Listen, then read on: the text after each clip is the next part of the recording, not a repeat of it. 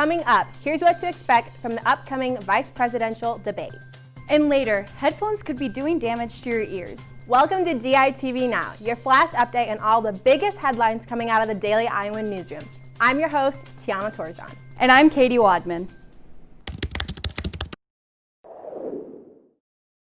Vice President Mike Pence and Democratic nominee Kamala Harris will take their turn on the debate stage tomorrow. Since President Trump tested positive for COVID-19, many suspect this virus will be a hot topic during the vice presidential debate.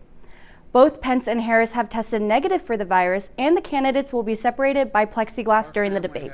Following the presidential debate last week, Biden has seen a slight increase in the polls. Early voting in Iowa began yesterday. You can visit the Johnson County Auditor's Office or a satellite location to cast your ballot before November 3rd.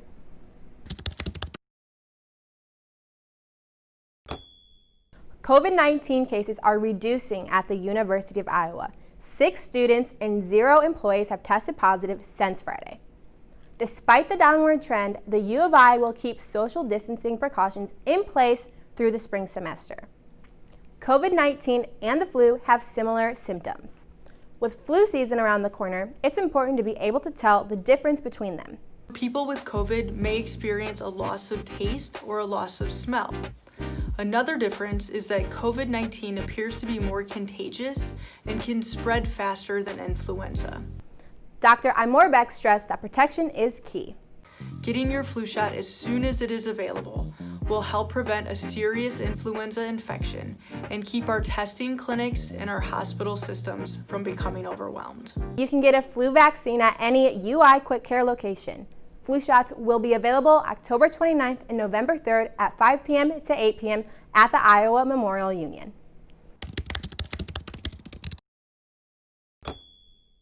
Trick-or-treating is not possible with social distancing regulations in place this year. But with minimal Halloween decorations around Iowa City, people are worried that Halloween is just plain canceled. Hoping that people might create some new, traditions for Halloween. Yeah. It's something that they could look back on with their kids, and instead of 2020 being that horrible year, 2020 being the year that, remember for Halloween how we did this instead? The larger the gathering, the higher the risk of spreading COVID-19. With annual downtown events canceled, Halloween lovers are getting creative while celebrating this spooky holiday. I think the biggest thing would be work with your friends, family, and your neighbors to set up something that you think would be, best. If you plan on celebrating Halloween, make sure to follow guidelines to keep COVID-19 case numbers low in Johnson County.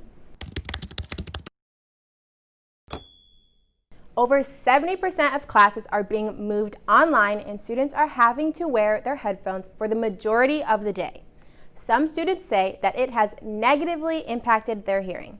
Several students have been seen at UI healthcare centers complaining of earaches and pains. This semester, one student said they had a fungus growing in their ear from putting headphones in directly after showering. Freshman student Dana O. Yen said, quote, "Last week, my left ear started really hurting, so I went to Quick Care and was told I have a fungus in my ear." End quote. For students wondering how loud is too loud, a general rule of thumb is that someone who is an arm's length away should be able to say your name and you are able to respond. Audiologist Kelsey Bouchot said, quote, "The most important thing to keep in mind when constantly wearing earbuds or headphones is to keep the volume down." End quote. Keeping the volume low, using noise-canceling headphones rather than earbuds, and taking out your headphones often are the best ways to protect your ears. Thanks for tuning in to DITV Now. We'll be back tomorrow with the latest on the University of Iowa, Iowa City, and Hawkeye Nation. From Iowa City, I'm Tiana Torjan. And I'm Katie Wadman.